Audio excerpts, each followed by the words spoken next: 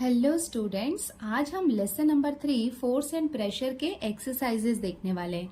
देखो यहाँ पे first fill in the blanks में हमें दिया हुआ है write proper word in the blank space. तो यहाँ पे हमें ब्लैंक स्पेस में यहाँ पे 3 ऑप्शंस दिए हुए हैं, उसमें से हमें प्रॉपर वर्ड को चूज करके यहाँ पे लिखना है। तो जब आप एग्जाम में लिखते हो और आपको ऐसा मल्टीपल चॉइस टाइप क्वेश्चंस आते हैं तो आपको उसको पूरे सेंटेंस को कॉपी करना होता है। ऐसा नहीं है कि सिर्फ आपने यहाँ पे सिर्फ आंसर लिखा है, वो नहीं करना है। आपको ये पूरा स्टेटमेंट लिखना है और करेक्ट वर्ड को यहाँ से चूज करके ब्लैंक स्पेस में लिखना है। तो देखो यहाँ पे फर्स्ट हमें दिया हुआ है the SI unit of force is.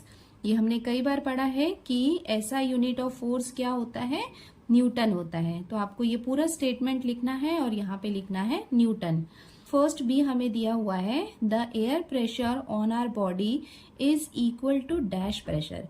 तो यहाँ पे हमें क्या करना है कि यहाँ क्या आएगा, तो हमें पता है कि एटमॉस्फेरिक प्रेशर के इक्वल ही होता है ना हमारी बॉडी का pressure.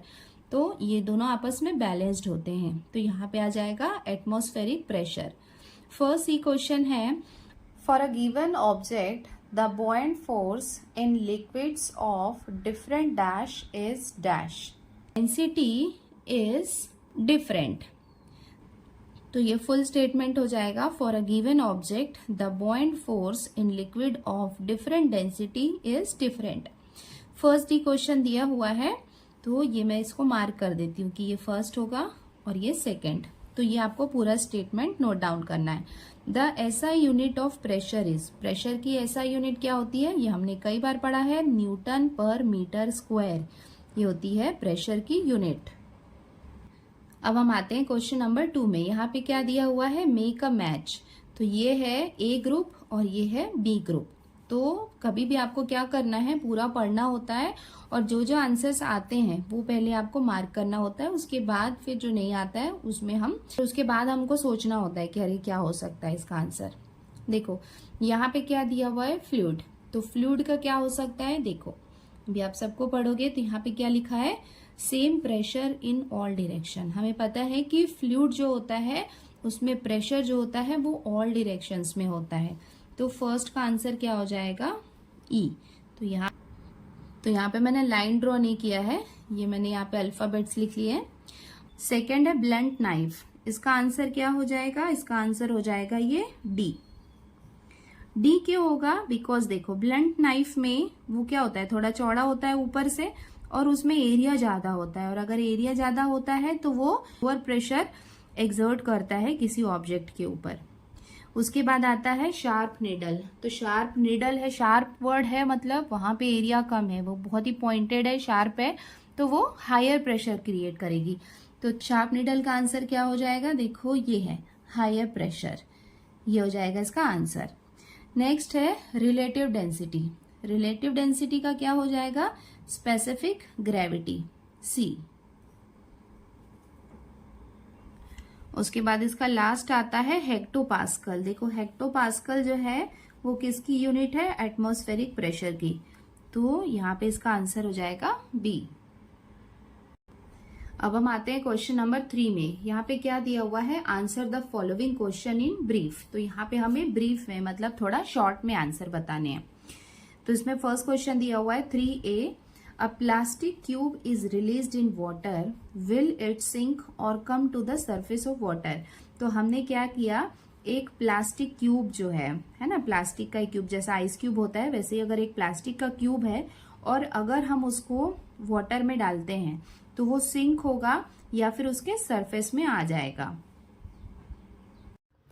When a plastic cube is released in water, it will floats on the surface of the water as its density is less than that of water. तो जब हम water में एक प्लास्टिक क्यूब को डालते हैं तो वो उसमें उसके सरफेस में फ्लोट करने लग जाता है। क्यों, क्योंकि प्लास्टिक क्यूब की डेंसिटी वाटर की डेंसिटी से कम होती है।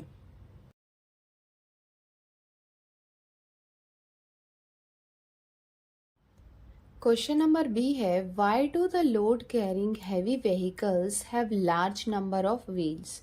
तो लोड कैरी करने वाले जो हैवी व्हीकल्स होते हैं उनमें लार्ज नंबर ऑफ व्हील्स होते हैं। आपने देखा भी होगा कि ऐसे ट्रक जो हैवी लोड्स को कैरी कर रहे हैं उनके नंबर ऑफ टायर्स बहुत ज़्यादा होते हैं। We know that pressure equals to force upon area. The pressure produced by a given force depends on the area of the surface on which the force acts. The greater the surface area, the less is the pressure produced. Load carrying heavy vehicles have large number of wheels so that the load, weight, force is distributed over large surface area of the wheels in contact with the road. Hence, the pressure decreases and the tires do not get burst. देखो, pressure और area दोनों एक दूसरे के inversely proportional होते हैं।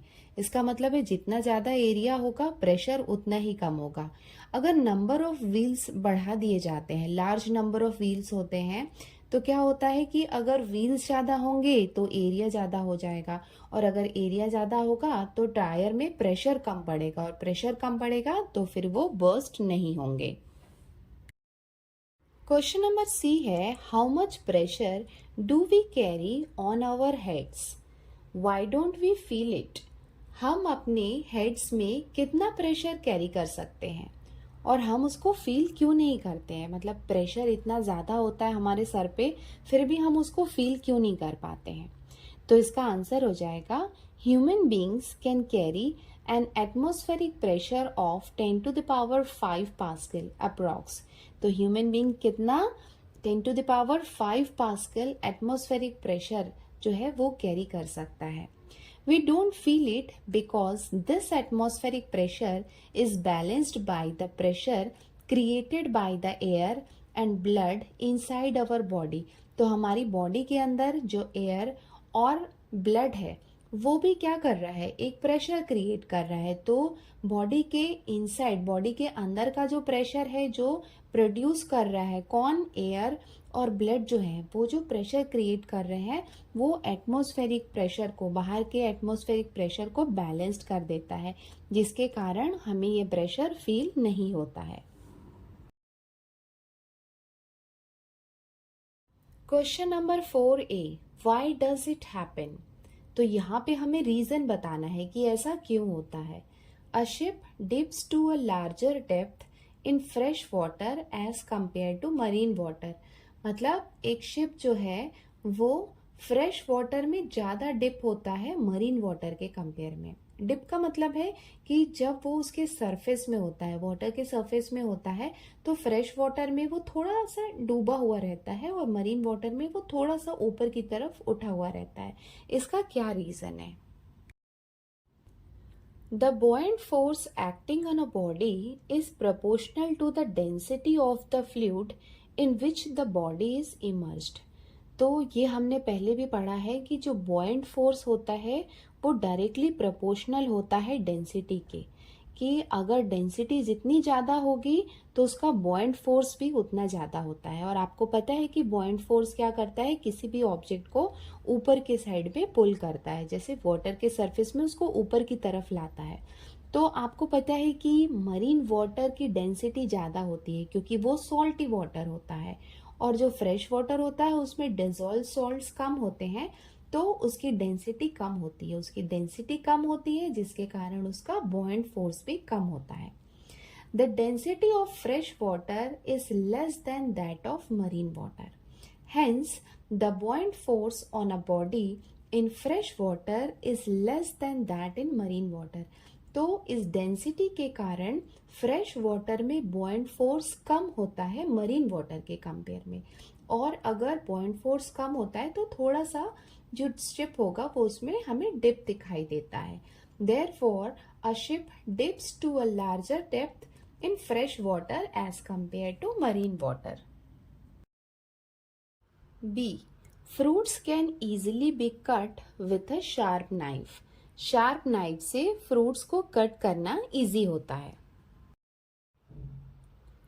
It is easy to cut vegetables, fruits with a sharp knife. Since the sharp edges knife makes lesser contact with the fruit to be cut, thus the pressure exerted by it on the fruit is very large. Because of this large pressure, fruits are easily cut with a sharp knife. देखो इसका reason क्या है कि जो sharp edges knife होते हैं उनका area कम होता है, और अगर उनका एरिया कम होता है तो जिस भी ऑब्जेक्ट को, या फ्रूट्स हो या वेजिटेबल हो, जिनको भी कट करना होता है वहां पे वो ज्यादा प्रेशर एक्सर्ट कर पाते हैं। तो अगर एरिया कम होगा तो प्रेशर वहां पे हाई होगा, तो हाई प्रेशर एक्सर्ट होगा मतलब उसको कट करना इजी हो जाता है।